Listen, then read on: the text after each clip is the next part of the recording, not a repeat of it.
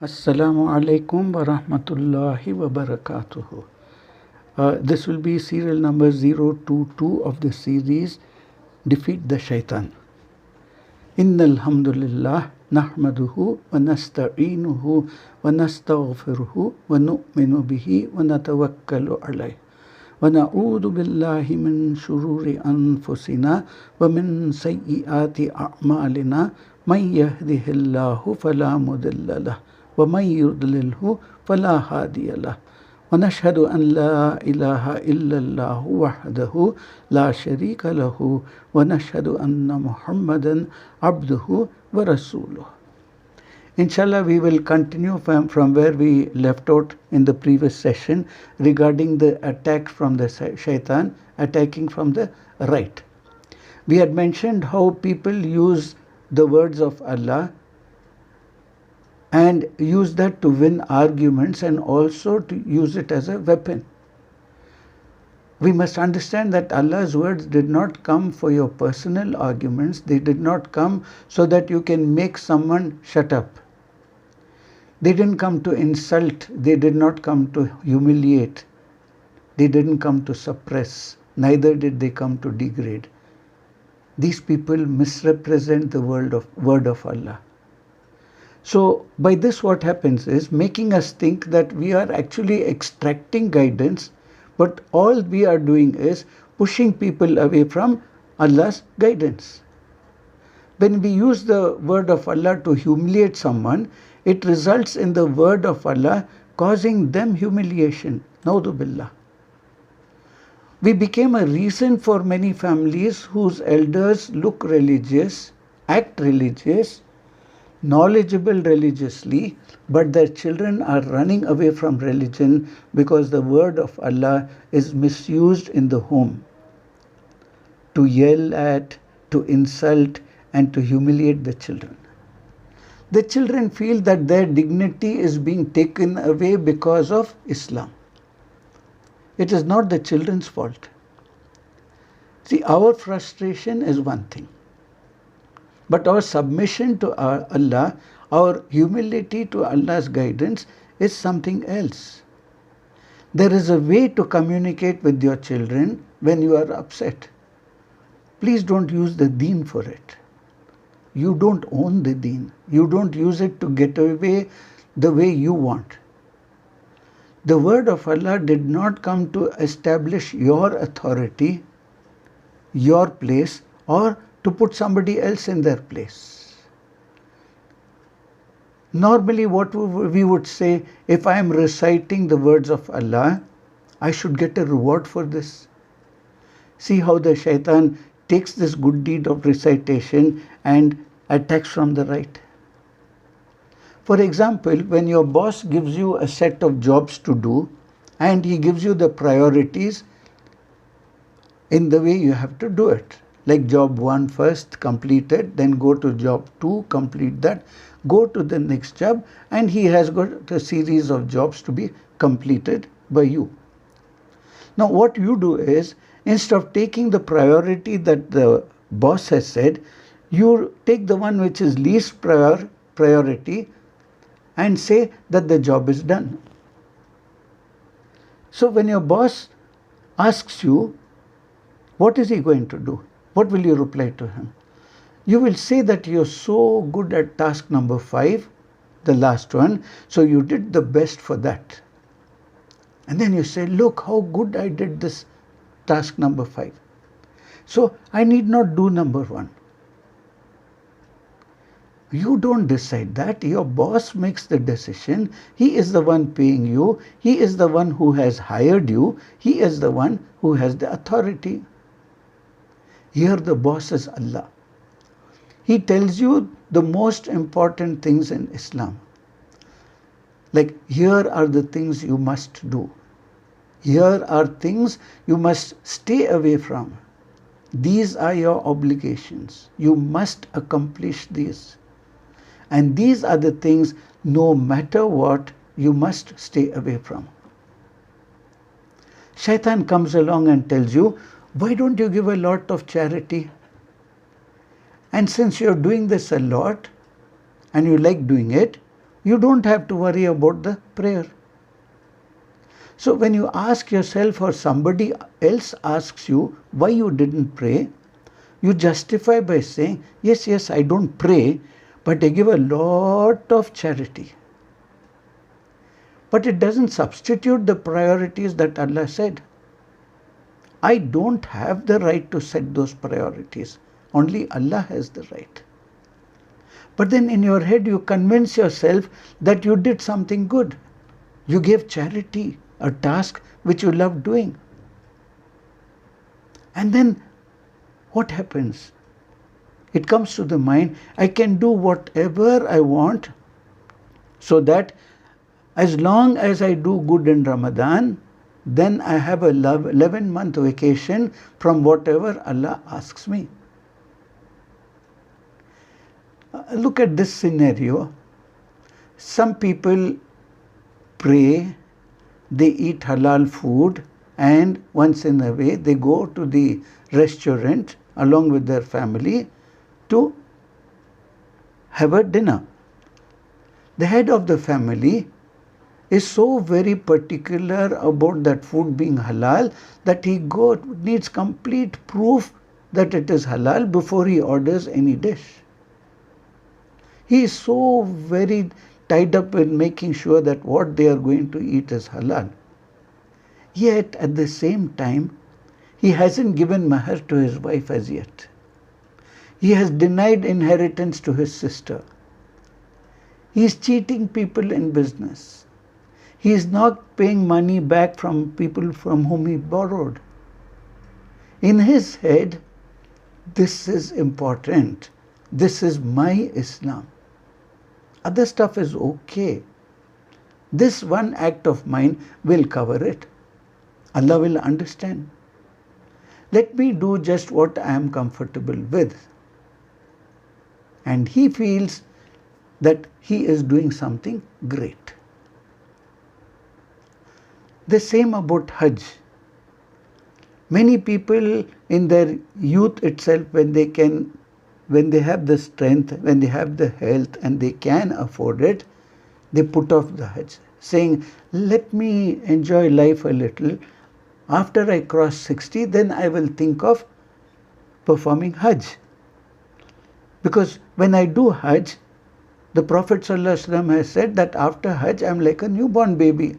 So I'll be clean of all the things that I did during my life by performing my Hajj at that time, when I grow older. Can you imagine the mentality of this person? He is so sure that he is going to live till he performs the Hajj, when he should know that he may not live the next minute. How does he get his mind to come to this extent is difficult to understand. Now another thing is, you start defining for yourself what it means to be good. So you prepare a list of priorities in place of what Allah has given. You use your own feelings, your own impressions, your own opinions, and you put all these above what Allah revealed. Because you think that you are a good human being. You have a good heart. You have good intentions. So long as you mean well, that is what Allah wants. I know Allah says this, this and this. But you see, I'm actually a good person. I'm nice to people. I'm honest at work. I'm very courteous, etc. And then another way you console yourself is, at least I'm not like those people who pray, who have beards, wear hijabs, etc. I am not messed up like them. I have my own way of dealing with them. It's okay. Allah will understand. And further, I don't have to submit myself to Allah's revelation because there are bad examples out there. So I tell myself that Allah will understand and I will come up with my own lifestyle and tell myself that I am great. There's another scenario where there are people who want to find Islam, who want guidance, who want to get closer to Allah. And this they do by meeting certain people, either some people in the masjid or a friends group or anyone to whom they have been introduced. And they get so carried away by this, they feel they are the only Muslims who are practicing Islam the best.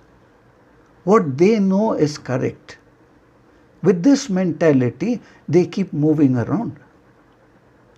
They go to different places and they go to different masjids. But all masjids are not the same. All the Muslim guys are not the same. Because they may belong to different schools of thought.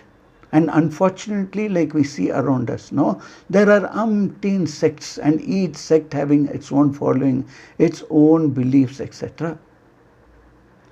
And some people, they have certain scholars whom they respect.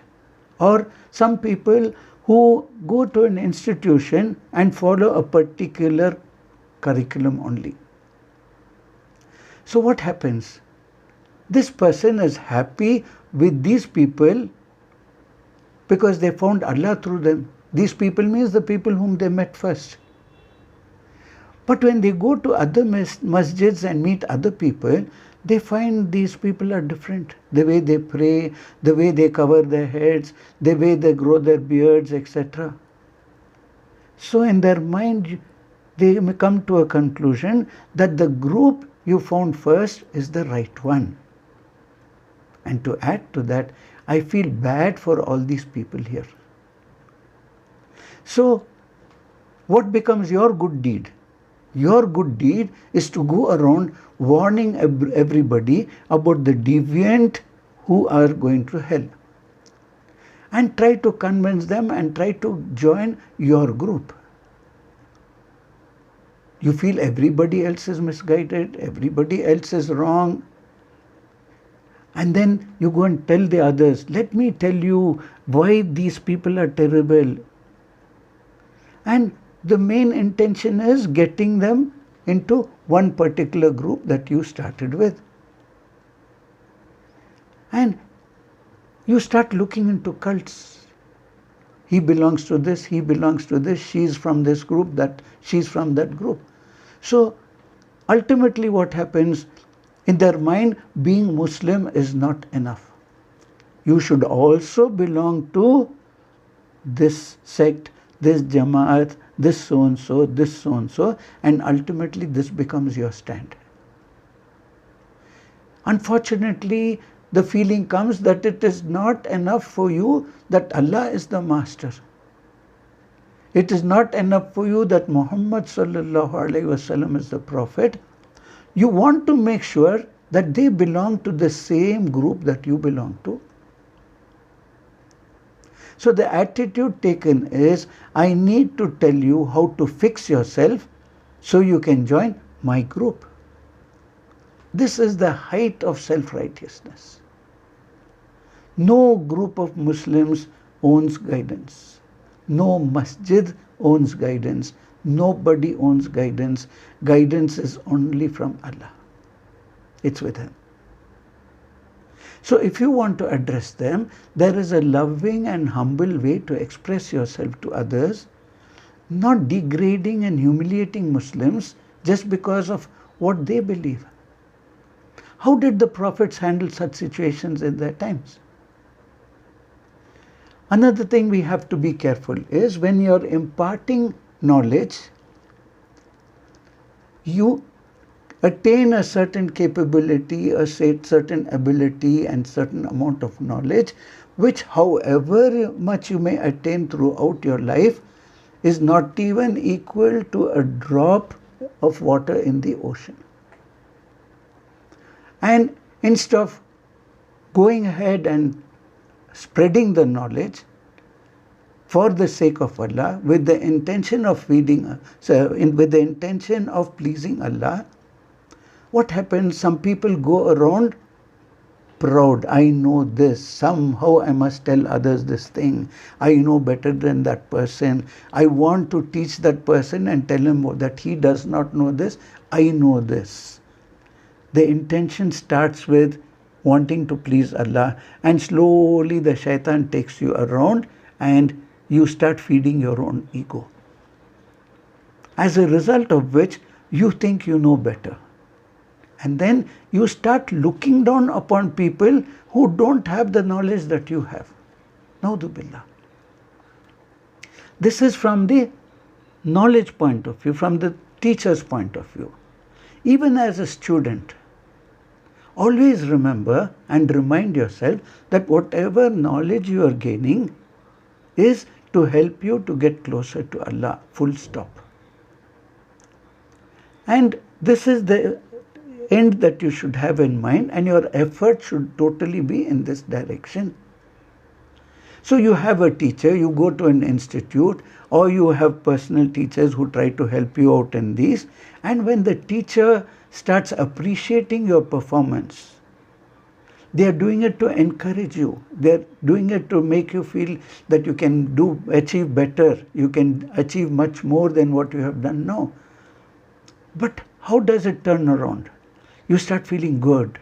Wow, that teacher has praised me. That teacher has said that I know this very well. And instead of getting the knowledge for the sake of Allah, shaitan slowly starts feeding this into your ego and to your self-worth. Please understand, these are the subtle ways by which the shaitan can divert your mind and ultimately lead you to concentrate more on yourself rather than Allah, and in the end land up being ungrateful to Allah. Any number of good deeds that we may do for the sake of pleasing Allah, these good deeds, whatever we may do, how much ever we may do in our lives, these good deeds are not the ones that are going to take us to Jannah. Please keep that in mind. There was a man who was worshipping Allah for 83 years continuously without any stop. When he died and when he faced Allah, Allah subhanahu wa ta'ala asked him, do you want me to reward you for your good deeds? No, I'm sorry. He said, come enter Jannah through my rahmah. He gets upset. What? I worshipped you for throughout my life, every minute of my life I was worshipping you. I've done so much good. I don't want to go by your rahmah. I want to go only by my own good deeds. I deserve to go to Jannah because I have done so many good deeds. Then Allah subhanahu wa ta'ala says, enter the Jannah through my rahmah. He says, no. Then Allah subhanahu wa ta'ala tells the angel, okay, let's do one thing. Let me take all your good deeds and put it on one part of the scale. And one of the blessings that I have given you, let me put it onto the other part of the scale. So his eye is taken and put on the other part of the scale. This becomes heavy and his good deeds become nullified. So this is to teach us a lesson. Yes, please do your good deeds. Do all that you can to please Allah. Make every effort to get closer to Him. Increase your iman by continuing your good deeds. Doing good things, righteous things that would please Allah. Don't stop doing that. Any amount the shaitan may disappoint you or tell you, no, what is the use? Please don't fall a victim to him. Because Allah has deprived the shaitan of his rahmah. Allah is not depriving you of his rahmah. Take advantage of that one thing.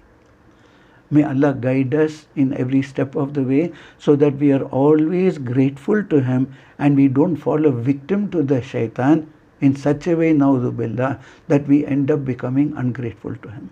Ameen Ya Rabbil Alameen.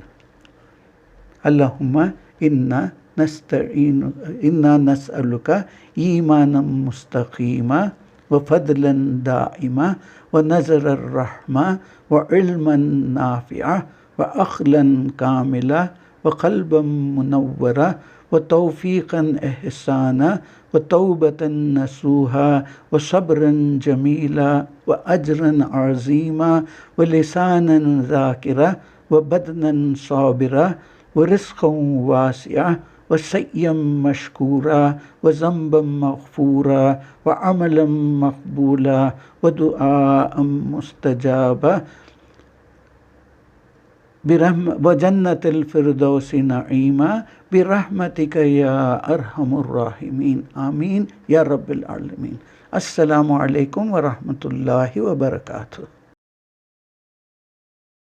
Assalamu alaikum wa rahmatullahi wa barakatuh. We are now at serial number 026 of this series, Defeat the Shaitan. This is regarding procrastination and laziness. Innal hamdulillah nahmaduhu wa nasta'inuhu wa nastaghfiruhu wa nu'minu bihi wa natawakkalu alayhi. ونعوذ بالله من شرور أنفسنا ومن سيئات أعمالنا من يهده الله فلا مضل له ومن يضلله فلا هادي له ونشهد أن لا إله إلا الله وحده لا شريك له ونشهد أن محمدا عبده ورسوله. Now this procrastination and laziness affects everybody. There are very few exceptions, and Muslims are no exceptions in this. It affects them also. There is a hadith which mentions during our sleep the shaitan ties 3 knots at the back of our heads and reads the following words with each knot. The night is long, so keep on sleeping. The night is long, so keep on sleeping. The night is long, so keep on sleeping. If the person wakes up in the morning and remembers Allah, the first knot is undone. When he makes wudu, the second knot is undone. And when he prays, all the 3 knots are undone. The person then gets up lively and in good spirits, otherwise he gets up with low spirits and laziness. The hint here is, the moment you wake up, say loudly, A'udhu billahi minash shaitanir rajim, and you will see the effect of this. What you are feeling is the knots being undone because you have sought refuge in Allah from the shaitan. Procrastination is one thing in which the shaitan is a genius. He ends up with training you to wait for this huge thing that is to happen. You're waiting for that huge opportunity to come. While you're waiting for this, you get scared of or avoid any other possibility that comes your way. Even though others may offer you something better, saying, what do you say? No, I'm waiting for that opportunity to come. And he gets neither this nor that. This attitude can also affect our iman, thereby delaying our connection with Allah. Some people say, when I reach a certain age, I'll start practicing Islam, or I will go for Hajj. Once I graduate, I'll become serious in life. Once I get married, then I'll take up the responsibilities. Once I get kids, once my kids become older, there's no end to it at all. I will learn my deen when I get full time. I don't have time now, I'm too busy. I'll learn it when I get a full time. Please understand, there is no such thing as full time. How do you know you will live to be to that age? Sometimes we find even people around us helping us to procrastinate. How they encourage us to delay matters. They postpone it. Take it cool, yaar, etc. The shaitan attacks us through them. And the worst thing is, the society also influences us the wrong way. The other thing is fears and desires. Now, fears and desires are very specific to an individual. Your fears and desires may be very different from mine. Every individual, regardless of gender, race, age, religiosity, has fears and desires. There's a hadith which reads, Paradise has been surrounded by hardship and hellfire has been surrounded by desires. Obviously, the shaitan understands this very well. Now, for people who are new to Islam or are practicing, sometimes there's a fear of coming off as a religious person.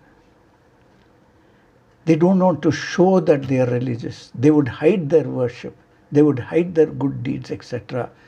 Why? To avoid other people saying, oh, you think you're a good Muslim all of a sudden? You think you're better than others? And they become super judgmental when they know someone is practicing Islam.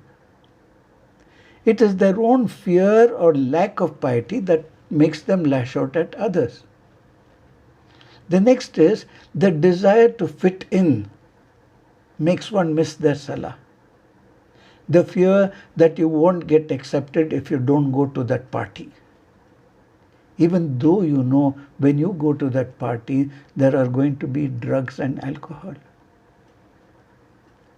The reality is that this results in one leaving the religion altogether, because the shaitan takes the aspect of desire and fear, and what does he do? He distorts the religion. The feeling comes to, the only way that I can practice is if I am not cool, if I don't fit in, I'm not happy. Kick in the desire, and then it becomes very difficult to be a practicing Muslim. Fears and desires play on our ego, which is a serious desire that people like, especially for teachers. This is a very big issue if not kept in check. They start getting a hype when they find that they are accepted and respected by many. You could have the desire that people should learn from you. Yeah, it is good. But all of a sudden, it becomes not about spreading good deeds, not about spreading the message of Islam, but it becomes you, which is an ego game. It results in the desire to be liked, to be in the mainstream. Some of the muftis, they change their fatwa just to be accepted. If they don't fight the shaitan constantly, the shaitan easily takes over. There's a hadith which says, be mindful of Allah, don't be mindful of the people. If you take care of your obligations with respect to Allah, Allah will make the people like you. But if you are desperately seeking the people and going after them, Allah will give you humiliation, because the object of your devotion is something that is not worth it at all. It is easy to see at people who have accomplished much more than you, not necessarily through the right methods. So what happens? You fear that you will not be able to compete with them. At the same time, you want to achieve what they have achieved, and you don't see any other way to achieve it other than the path that they have taken, which is totally against the principles of Islam. Then one of the fearful things is the desire to fit in, or the fear of not fitting in. This is such a powerful tool in the hands of the shaitan. Some people are fearful of the opportunities that come their way, feeling that they don't have the confidence in taking advantage of the opportunities. Also, they start building up a fear that they should not be looked at by others as showing off. Another thing is fear of the future, especially for the children. You will find it all over in practically every parent. What will happen if I die? What will happen if something happens? What will happen? What will happen? And to cover up this fear, people start doing things that are haram, thinking that they are responsible for the future of their children. Sheikh Sharawi, he mentioned that the shaitan coming in front of you, which means that he tells you there is no akhirah at all. So go ahead, follow your desires. He comes behind you and then you start questioning, what's going to happen to my family if I die? I have to make arrangements for that. And then see which direction we go. Be aware of your fears and desires. Sit down and write down what your fears and desires are. Once you list them out, this is the best way to combat the shaitan on your fears and desires. You will be able to not let the shaitan use them against you. Now, doubts. How we are full of doubts. The shaitan will come to one of you and say, who created this? Who created that? He keeps on questioning. And then finally, as you start giving the answer, he puts in the question, who created your Rabb? If the shaitan leads you to this type of questioning, immediately seek refuge in Allah and leave the place. Did the Prophet know the answers to this question? Could he have told us the answers to these questions? He could have said that Allah has no beginning and no end. Or for something to exist, there must be an uncreated creator.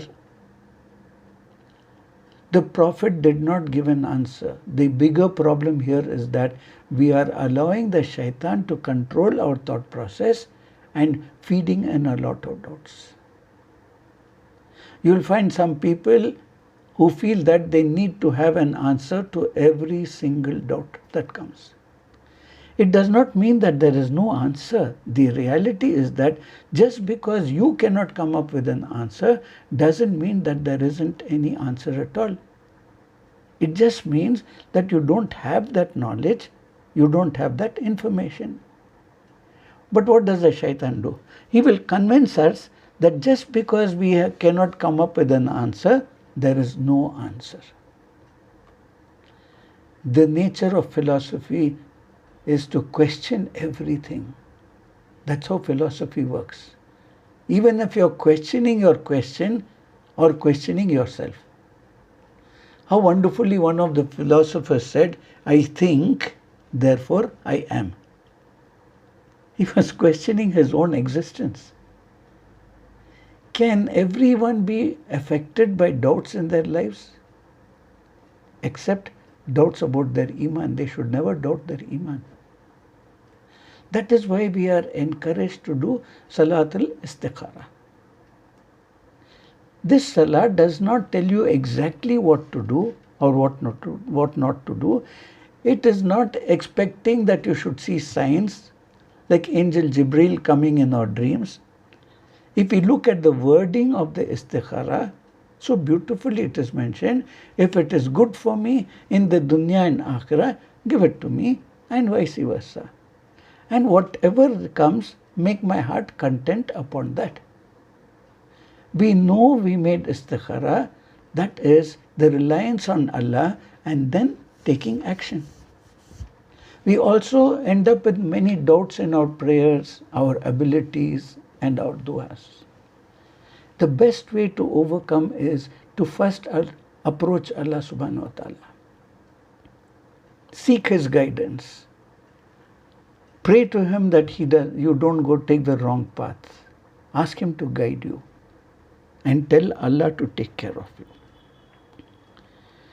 May Allah help us against all these things and make us avoid the shaitan using the same tools against us. Ameen.